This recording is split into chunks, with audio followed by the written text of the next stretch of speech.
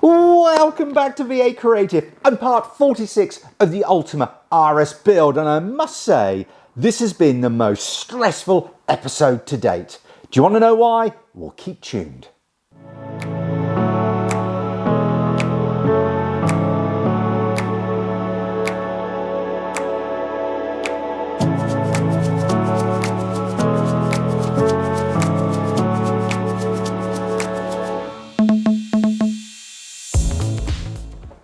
Yes, welcome back to the Dean Den. And do I look stressed? Well, maybe not, because I've had a night's sleep. But I tell you what, this episode has been the most stressful for me of any I've filmed so far. And why? Well, I had to get my piece of art, my RS, from its chassis stands onto terra firma. Yep, onto its rubber, and it is just over there. It looks amazing. I'll show you in a sec. But to do that, we had to use an engine lifter.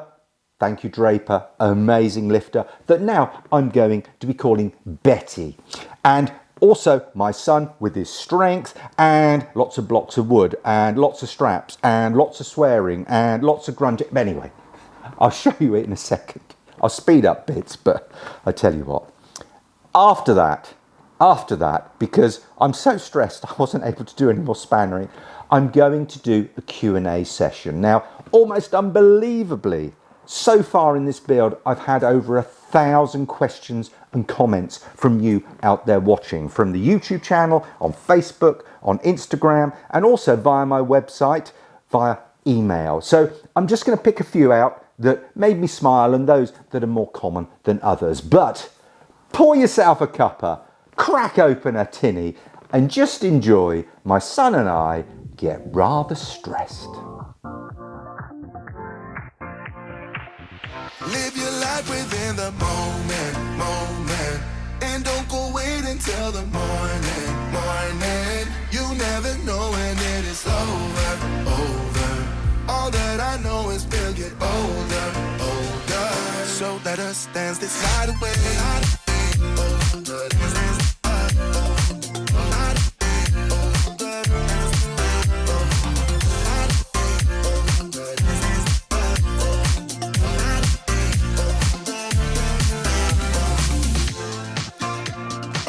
To the groove and the light that flickers. We get lost in the crowd, it's getting thicker. We get away from the drinks and chatter. Haven't said a word, but it doesn't matter. Feel the air get thinner. Standing in a blurry dream. No one else can see us. Live your life within the moment. And don't go wait until the morning. You never know when it is over. All that I know is we'll get older. So let us dance this night away.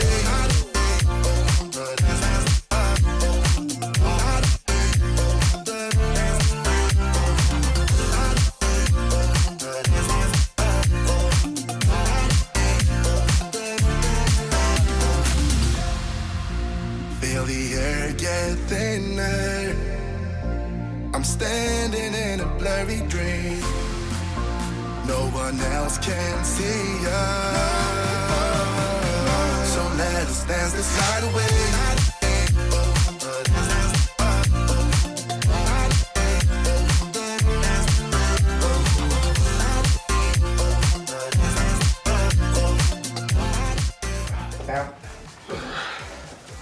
Right. Is that leaving on the floor?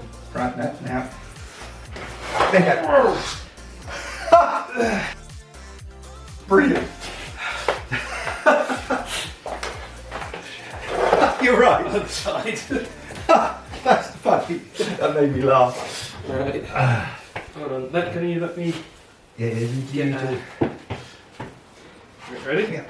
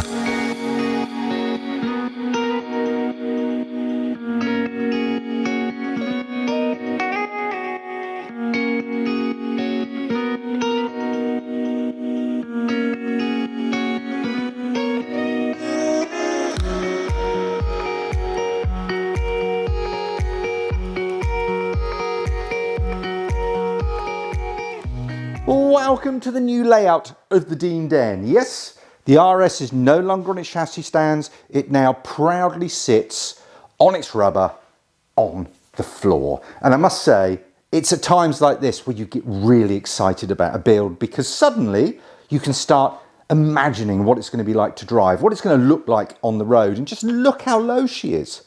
She's so low, it's like my waist height. And I know when you're sitting in these cars and when you're driving them, your eyes are about the height of the wheel nuts of lorries. That's how low you are. Now, for those eagle-eyed of you out there, you can probably tell I've got some boxes. Yes, a few boxes. And this is all that's left to put on the car for it to be complete. So we have the rear wing, we have the exhaust system, we have air filter, airflow sensor, we have the wipers, fog light, yeah, I need a fog light, and lots of little odds and sods, and of course the V8 engine nestled over here and the Porsche gearbox. And then when the glazing's in, it'll be done, and I just cannot wait. So I think this is a good moment just to sit back, look at the beast and answer some of your questions.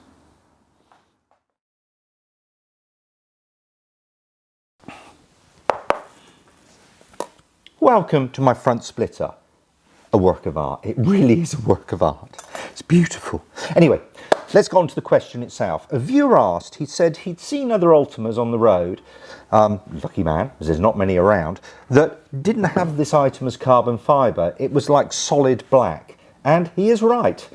This option, the RS option here, is like top of the tree. It is the best of the best carbon fibre. However, if you want to save a few pennies, you can fit a standard black item that hasn't got so much profiling on it. And what I'll do is I'll put a picture up there to show you what it looks like. And it looks pretty good, but not as good as this. Right. A lot of you out there throughout this entire series keep pulling me up with comments saying, you need to fasten that nut, that bolt. You need to make sure it is to torque. You need to make sure it doesn't come loose, which is absolutely correct. But you don't want stuff coming loose, do you? Clearly. Now, the thing is, it's a double whammy for me doing this build on YouTube. Firstly, when you build a component car, with the way I like to build it, I like almost to trial fit things. And quite often you're watching the trial fit. So I will fit something and chances are I'll take it off again. Now, by doing that, I don't really want to go to the point of torquing the fasteners or putting on thread lock, because I'm just going to take it off again. So what I'm doing in the background is what you don't see is here, all these pages here. This is a list of every single fastener on the car that I've made that I haven't yet tightened or torqued. So what I'll do is when I'm happy with everything, I'm going to go through every single nut and bolt, torque it to the right torque, if I'm given one, put on basically an anti-rattle device, whether that's a spring washer, whether that's a nylock, whether that is just thread lock. And then when they are fully tightened, I will use a red mark to go across basically the nut and the bolt at the bottom. And I'll do that across the entire car. And I basically take an entire day to do this. The only exception to this rule is if it's a fastener I won't be able to get to once I've finished building the car. And if that's the case, then I will do that process at the time of assembly. So hopefully that will keep you from getting stressed. Anyway, next question. So here you find me amongst Ultima boxes and all that tape as well. Anyway, now this question, there's quite a long answer. So if you want to skip past it, I understand it. But the question is, and I was asked it by an RS builder that had just taken delivery of his kit, and he was thinking of doing a YouTube series like I'm doing here. And basically what he wanted to know is how much time it took me and what was involved. Now, I'm just going to go through the process very quickly of what I do every 2 weeks to produce this content. So stick with it. I'll put some images up here to try and make it a bit more interesting, my answer. So let's say I'm planning an episode. What I think of first is what items are going to fit to the car. Okay, so maybe the wing mirrors or something like that. I will then check I have all the components and also the consumables to fit those items. Now, when you're building an RS, that's pretty easy because I've got everything. So that's a pretty easy thing to check. Then I check I have all the tools to do the job. I know this sounds anal, but when you're filming, you've got to do this. Next, I then look at the build portal, read through all the instructions in minute detail. The next stage, once I know what I'm doing, I also have all the components, I have all the tools and all the consumables, I know how to do it, then I have to set up the Dean Den. Now, behind this camera, what you're not seeing is I have lighting. So I have lighting that basically lights the area so it's very clear for you to see. Then I have to set the camera up for its exposure, also the lighting, also the type of light. Once I've done that, then I set up my wireless mics, which is here, you see.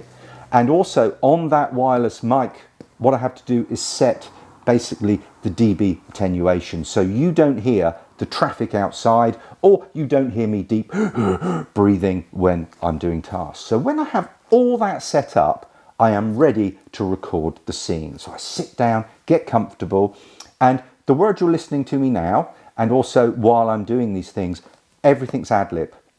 I don't write anything down because I can't remember it. So I just talk. And when you do things like that, what happens is you have to do multiple takes. So for a long scene like this could take a long time because I like the take to be all in one. Sometimes it takes one take, sometimes it takes 10. Like the front splitter question. That took ages for some reason. Anyway.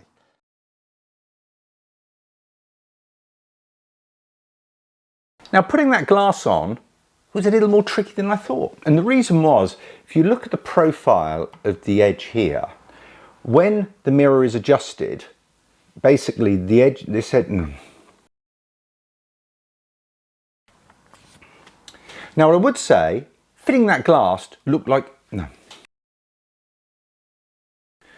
What I would say is fitting the mirror inserts looked really easy, but what you have to do is allow for the movement of the motor to ensure the edge of the mirror doesn't interfere with the carbon fibre. So therefore, here you need a slightly bigger gap. As you can see,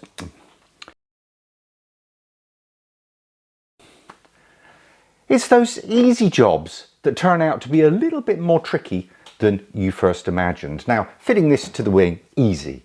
Putting the glass on, which is just a double-sided sticker, actually took a little bit of work because what you have to allow for is the position of the mirror to be in. No.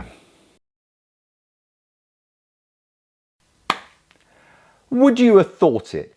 The simplest of jobs took, well, a little bit longer than I thought, and it was actually sticking that mirror on to the mechanism inside the wing mirror. And the reason why it was trickier than I thought is you have to allow for that mirror to go through its full travel on the little electric motors behind it. So therefore, because the mirror chamfers in, or the casing of the mirror here, you need a bigger gap this size.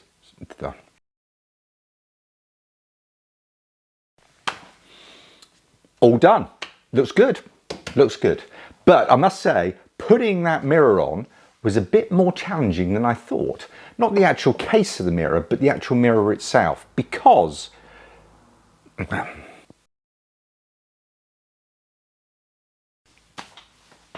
all done. Looks pretty cool, doesn't it?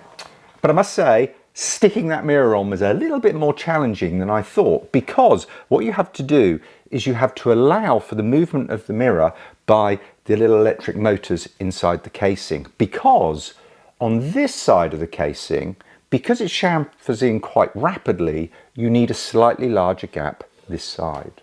And it's one of those things you don't know until you try. So what I did is I popped it on and then I just adjusted it manually with my hand to make sure I could get full movement, and I can. So, all good. Next thing to do, side repeater.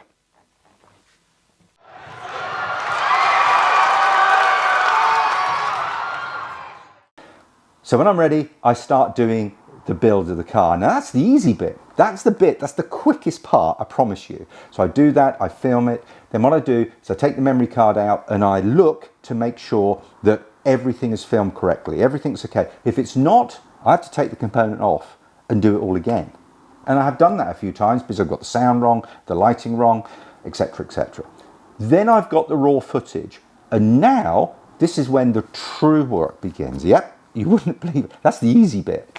So I have a software suite that I download my footage onto.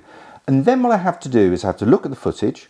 Then I have to decide what parts to use, what parts basically to go quickly, and what parts to have me speaking at normal rate. Then I've got fade in and fade out for each scene. And that can be different types of fade. Some are dissolve, some are normal fade, some are spin fade, and all sorts. Anyway, so you get that right. And then if you want to add an image, then I add an image. So I have to find the image. I then put a border around the image and then I fade that image in. It could be a dissolve in or a dissolve out, or it could be just a fade in, fade out. Great. Now background music. I know some of you hate it, but on certain scenes, you really need it to make it really connect with an audience. So I then go on another platform I pay for. So therefore, then what I do is I put in if I want a stressful scene, or if it's going to be relaxing, or it's methodical. So I put in the mood for the type of music, and it gives me selections. I then listen to these selections, then decide which one I want to download. So I download it, and because I'm paying for the platform, I'm paying the artist indirectly for that music. I then overlay that music, and when you overlay the music, you have to fade it in and you fade it out, or you change the actual level of the music. So if I put some in now, I'm putting this in at minus 9 dB. I find that about right. If I put it in a normal sound rate, it would be too loud. Leaving this place. So I've done that. So you now imagine me doing that. That's just one scene. And there would probably be in a film, an episode 20, 25 scenes. So I multiply that up. Then I get the whole, basically the whole episode. Of course, on that, I have titles, I have subtitles, and you'll see little messages I put in, get it all together. And then what I do is I compress it, put it outside my software, and then basically download it to YouTube. Now, downloading to YouTube, yep, you just go download, but you have to put in the title of the video, the description. Behind this video, there is SEO I put in for every episode, search engine optimization. So basically I'm putting in probably about 100 terms that relate to this episode, that if you search on YouTube, you will find this episode. So for the LS3 episode, which was a couple ago, LS3s, I knew it would get a higher hit rate because more people look for LS3. If I put in Rufus in my, as an SEO, that won't get very many people because I can't imagine many people putting Rufus into it. So once I've done that, I then schedule it for post. Now when it posts, I then look at all the stats. Who watches it, from what country, for how long, when do they get bored and they go off? And basically you can then understand how that episode is performing. Next, every single comment I receive, and I stand by this, every question, every comment, I answer personally. I go back and I answer, and then I might get another reply, and then I'll go back to them. And some of those answers require research because I don't know the answer, so I have to ask the factory, or I will do some research myself. And so I go back to everyone like that. And then that's pretty much done. And you do that all again. So how long does it take me? Now this is the real crunch. So for a 30-minute episode, if I take into account all the time I sort of put into this, I reckon 10 hours. 10 hours every 2 weeks. So that's a working day and a bit every 2 weeks. And that is why this car is taking me 2 years to build. Not because the car's difficult to build, it's because this content requires a lot of effort to keep up the quality. But I enjoy it. It isn't a real hassle for me. I absolutely love sharing this journey. So today is a bank holiday Monday. I could be working on building my car, but I'm not. What I want to do is create the next episode. So let's go to the next question. Yes, quite a nice pose this, I thought, with the car in the background. Anyway, another question that was posed was basically, all the carbon fibre on this car, is it real carbon fibre? Surely some of it has to be wrapped, people have been saying, but no. 100% of all the carbon items on this car are pure carbon, and the weave matches throughout the car, and also the finish, the gloss finish on all the components matches perfectly as well. And there is another aspect of these components that a lot of people probably don't realise. Yes, you can buy aftermarket carbon fibre parts for cars. However, are they IVA compliant?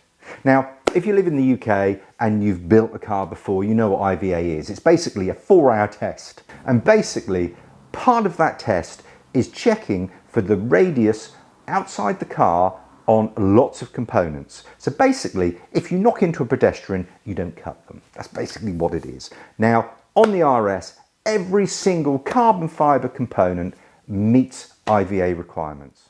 What has been the most demanding part of the build so far? Now, I've got a top 3 here that I want to share with you. Now, most of building this car is really straightforward. It really, really is. But there's a few items that do require, how should I put it, a little bit more finesse. But that's fine. That's no problem at all. Because the thing is, there needs to be challenging parts of anything we do.